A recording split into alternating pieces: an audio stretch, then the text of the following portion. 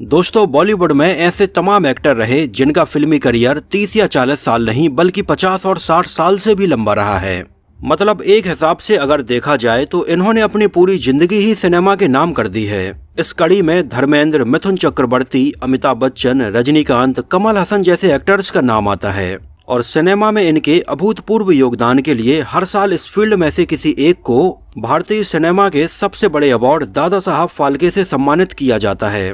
और इस साल ये अवार्ड मिलने वाला है हम सबके चहेते मिथुन दा को, जिन्होंने अपनी फिल्मों के माध्यम से लगभग 3 पीढ़ियों को लगातार एंटरटेन किया है।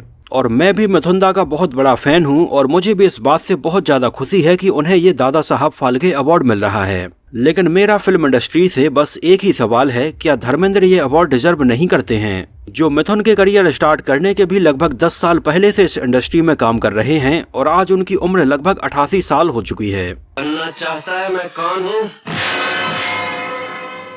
जिन्होंने भी अपने करियर में एक से बढ़कर एक अलग अलग तरह की फिल्मों में काम किया है। लेकिन अगर देखा जाए तो बॉलीवुड में अगर किसी सीनियर एक्टर को सबसे ज्यादा नजरअंदाज किया जाता है तो वो धर्मेंद्र ही हैं। देश भर में धर्मेंद्र के लाखों और करोड़ों चाहने वाले हैं जो उनकी फिल्मों को आज भी देखना पसंद करते हैं। लेकिन अगर बात करें धर्मेंद्र को मिले अवार्ड की तो उनके पूरे फिल्मी करियर में उन्हें बहुत ज्यादा अवार्ड कभी मिले ही नहीं हैं। और हमेशा से ही धर्मेंद्र को और उनके बहुत ही करीबी चाहने वालों को इस बात का मलाल रहा है कि आखिर उन्हें ज्यादा अवार्ड क्यों नहीं मिले हैं। आपको शायद ये बात जानकर हैरानी होगी कि धर्मेंद्र देश भर में आयोजित किए गए फिल्म फेयर के द्वारा एक इवेंट से आए थे, जिस इवेंट में देश भर से आए हुए युवाओं में से धर्मेंद्र को लिया गया था और आगे चलकर उन्होंने फिल्मों में काम करना शुरू किया था। लेकिन वहीं आपको शायद ये बात जानकर भी हैरानी होगी कि धर्मेंद्र को उनके पूरे फिल्मी करियर में एक भी फिल्म फेयर अवार्ड नहीं मिल पाया है। ना तो बेस्ट एक्टर के लिए, ना बेस्ट सपोर्टिंग एक्टर के लिए, ना कॉमेडियन के लिए और ना ही बेस्ट फिल्म के लिए। यहाँ तक कि अगर देखा जाए तो उनकी फिल्मों को इस अवार्ड के लिए नॉमिनेशन भी बहुत कम मिले हैं। धर्मेंद्र के करियर की बेस्ट एक्टर के लिए जो फिल्में नॉमिनेट की गई थीं, उनकी अगर हम बात करें तो ये फिल्में हैं फूल और पत्थर, मेरा गांव मेरा देश, यादों की बारात और रेशम की डोरी।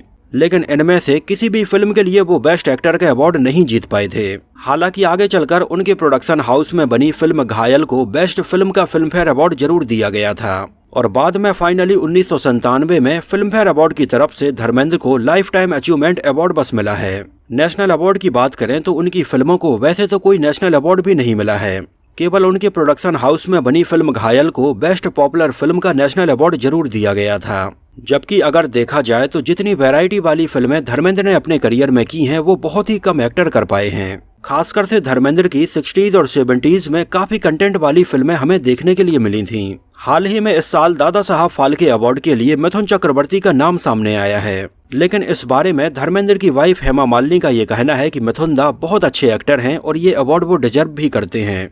लेकिन साथ ही साथ उन्होंने ये भी कहा कि धर्मेंद्र को शायद ये अवार्ड आज से बहुत पहले ही मिल जाना चाहिए था। लेकिन यहाँ पर गौर करने वाली बात यह है कि धर्मेंद्र जैसे सीनियर एक्टर को आज तक भी ये अवार्ड नहीं मिल पाया है। दादा साहब फाल्के अवार्ड सिनेमा में एक्सीलेंस के लिए दिया जाता है, जहाँ पर एक गोल्डन कमल के साथ में एक शॉल और 10 लाख रुपए की प्राइस मनी भी दी जाती है। ये भारतीय सिनेमा का सबसे बड़ा अवार्ड माना जाता है, जो कि लगातार साल 1969 से दिया जा रहा है। भारतीय सिनेमा के जनक कहे जाने वाले दादा साहब फाल्के के नाम पर इस अवार्ड की शुरुआत हुई थी, जिन्होंने साल 1913 में इंडिया की पहली फिल्म बनाई थी राजा हरिश्चंद्र। और आज तक भारतीय सिनेमा में काम करने वाले कौन कौन से कलाकारों को दादा साहब फाल्के अवार्ड मिल चुका है, इसके ऊपर एक नजर डालते हैं।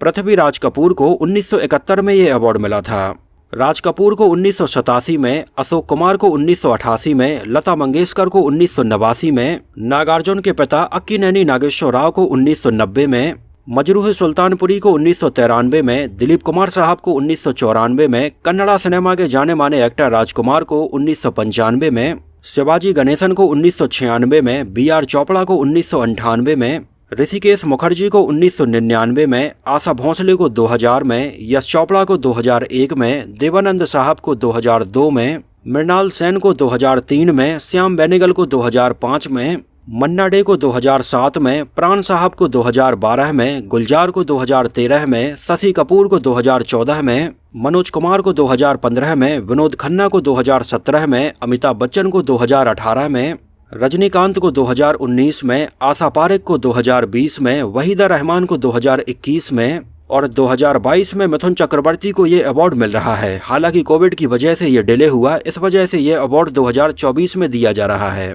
तो भारतीय कलाकारों को मिले दादा साहब फाल्के अवार्ड की ये लिस्ट देखकर आपको क्या लगता है, इसमें धर्मेंद्र डिजर्व नहीं करते हैं? मुझे लगता है कि धर्मेंद्र को ये अवार्ड वैसे काफी पहले ही मिल जाना चाहिए था, लेकिन अफसोस कि हमेशा से ही धर्मेंद्र को आखिर क्यों अवार्ड के मामले में इतना ज्यादा नजरअंदाज किया जाता है।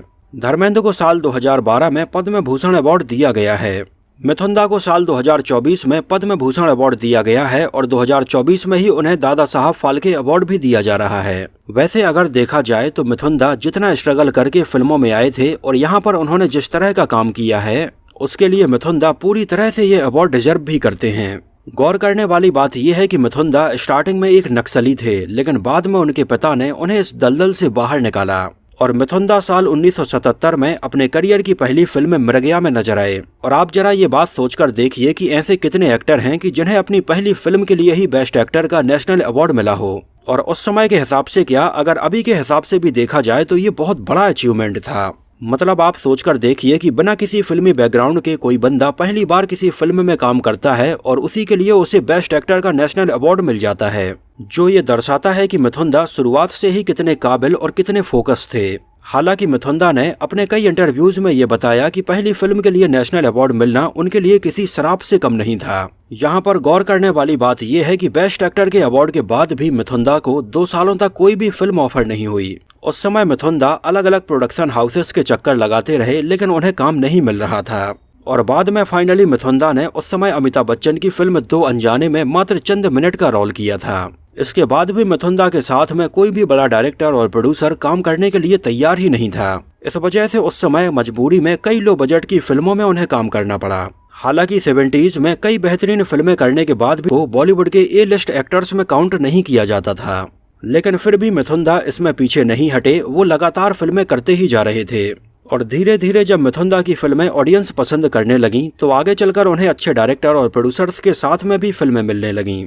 और 80 के दशक में मिथुन दा की फिल्मों, चाहे डिस्को डांसर हो या प्यार झुकता नहीं हो, इन्होंने बड़े से बड़े एक्टर की फिल्मों को भी टक्कर दी। यहाँ तक कि उनकी फिल्म डिस्को डांसर के बाद तो उनकी पॉपुलैरिटी रसिया में इतनी ज्यादा हो गई थी कि उस समय डिस्को डांसर पहली ऐसी फिल्म थी जिसने वर्ल्ड वाइड में 100 करोड़ रुपए की कमाई की थी। यहाँ तक कि आज भी रसिया में मिथुन दा को जिमी जिमी के नाम से बुलाया जाता है। यहाँ पर गौर करने वाली बात यह है कि उस समय विदेशों में इतनी ज्यादा पॉपुलैरिटी अमिताभ बच्चन या धर्मेंद्र की भी नहीं थी। उस समय आलम यह था कि जब भी मिथुन दा रसिया जाते तो यहाँ पर लड़कियां उनको चारों तरफ से घेर लेती थीं। 80s में मिथुन दा ने बेहतरीन फिल्मों में काम किया। आगे चलकर वो एक्शन फिल्मों में भी काम करने लगे थे। यहाँ तक कि अर्ली 90s में भी अगर आप मिथुन दा की स्ट्रेटजी देखेंगे तो इस समय तक उनकी उम्र के सारे एक्टर या तो फिल्मों में सपोर्टिंग रोल करने लगे थे, या कुछ लोग लीड एक्टर के तौर पर इस समय भी जो फिल्में कर रहे थे वो उतनी नहीं चल पा रही थीं। यहाँ तक कि अर्ली 90s में अमिताभ बच्चन भी अपने करियर में काफी स्ट्रगल करने लगे थे और 4-5 सालों के लिए तो वो घर ही बैठ गए थे। लेकिन ऐसे में मिथुन दा को एक आइडिया आया। उन्होंने सोचा कि उस समय ज्यादातर फिल्मों की शूटिंग लोग ऊटी में ही करते हैं। इस वजह से वो 1993 और 94 के आसपास बॉम्बे छोड़कर ऊटी में शिफ्ट हो गए थे, जहां पर उन्होंने अपना एक 5 स्टार होटल भी कंस्ट्रक्ट करवाया और ऊटी के आसपास की लोकेशंस पर लो बजट की फिल्मों में काम करना शुरू किया, जिन फिल्मों को कुछ साउथ के डायरेक्टर और कुछ नए डायरेक्टर और प्रोड्यूसर काफी कम बजट में बनाते थे। और ये फिल्में ज्यादा से ज्यादा 1.5 या 2 महीने में ही बनकर कंप्लीट हो जाती थीं। और उस समय आलम यह था कि मिथुन दा की एक महीने में 15 से 20 फिल्में तक रिलीज होने लगी थीं। उस समय मिथुन दा ऊटी के आसपास के लोकेशंस पर 15 से 20 फिल्मों की एक साथ शूटिंग किया करते थे, जिसके लिए उन्हें लगातार 3 से 4 शिफ्ट में काम करना पड़ता था। और मिथुन दा की ऊटी की तरफ से आने वाली इन फिल्मों को मिथुन से ड्रीम फैक्ट्री का नाम दिया गया था। उस समय आलम यह था कि मिथुन दा एक फिल्म की शूटिंग करते, तुरंत दूसरी फिल्म के सेट पर चले जाते, उसके बाद तीसरी फिल्म के सेट पर चले जाते। मिथुन दा एक बेहतरीन और संजीदा एक्टर थे, इस वजह से उन्हें फिल्म के लिए एक बार से दोबारा शॉट देने की जरूरत ही नहीं पड़ती थी। और उनकी ये सारी की सारी फिल्में उस समय छोटे शहरों और गाँव में लोग बहुत ज्यादा पसंद करते थे। खासकर से उनकी फिल्मों के गाने तो धूम मचा रहे थे। चोरी चोरी दिल तेरा चुराएंगे, हुस्न तेरा है कुड़िए पग पटियाले का, ओ दिल तेरे नाम से धड़कता। I want love for you three, बोलो 1।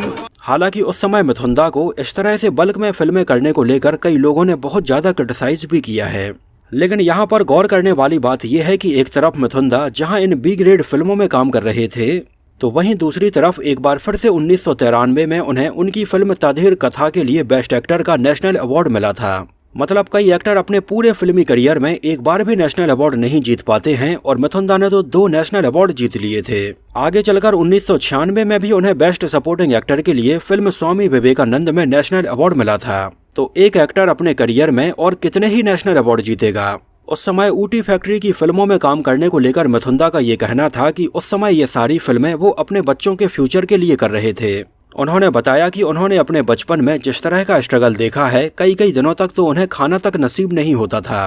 वो ऐसा बिल्कुल भी नहीं चाहते थे कि जैसी लाइफ उन्होंने जी है वैसी उनके बच्चे भी आगे चलकर देखें। इस वजह से उन्होंने उस समय ऊटी में अपना ये 5 स्टार होटल बनाया और वहीं पर इन फिल्मों में काम किया। और फाइनली 2005 में मिथुन दा एक बार फिर से बॉलीवुड वापस आ गए और यहाँ पर मेन स्ट्रीम फिल्मों में काम करने लगे थे। और यहाँ पर एक और गौर करने वाली बात यह है कि 1995 से लेकर 1999 तक मिथुन दा पूरे देश में सबसे ज्यादा टैक्स देने वाले एक्टर बन गए थे। तो ऐसा भी नहीं है कि मिथुन दा ने उस समय 2 नंबर का पैसा कमाया हो या अपने कमाए हुए पैसे का टैक्स न दिया हो। इस बारे में मिथुन दा की तारीफ है कि उन्होंने उस समय जितना भी पैसा कमाया है उस कमाए हुए पैसे का पूरा हिसाब दिया और टैक्स भी पे किया। बाकी ये तो हर एक एक्टर की अपनी अपनी कैपेबिलिटी है कि कोई अपनी मेहनत से कितनी फिल्मों में काम कर सकता है और कितना पैसा कमा सकता है। लगभग 74 साल के हो चुके मिथुन दा आज भी फिल्मों में लगातार काम करते ही जा रहे हैं, जहां उनकी इस नई पारी में the Tashkent file, the Kashmir file और काबुली वाला जैसी कई फिल्में शामिल हैं। तो अगर मिथुन दा के पूरे फिल्मी करियर को हम समराइज करें तो उन्होंने समय के हिसाब से हमेशा अपने आप को बदला है और यही एक रीजन है कि मिथुन दा अपनी फिल्मों से आज भी ऑडियंस को आकर्षित करते हैं। तो मेरे और आपके जैसे करोड़ों मिथुन दा के चाहने वाले फैंस के लिए आज का दिन बहुत ही खुशी का दिन है, जब मिथुन दा को दादा साहब फाल्के अवार्ड दिया जा रहा है। बस मेरी गुजारिश और मेरा मानना यही है कि अगले साल धर्मेंद्र को भी ये अवार्ड जरूर मिलना चाहिए। इस बारे में आपकी क्या राय है और आपका क्या ओपिनियन है, हमें कमेंट सेक्शन में जरूर बताना। तो इस वीडियो में इतना ही। अगर ये वीडियो आपको पसंद आया हो, मेरी मेहनत आपको पसंद आई हो, तो उसको प्लीज लाइक करके मुझे इस बात का जवाब जरूर दीजिए। तो मिलते हैं किसी नए वीडियो में कुछ और ऐसी ही इंटरेस्टिंग और रोचक बातों के साथ।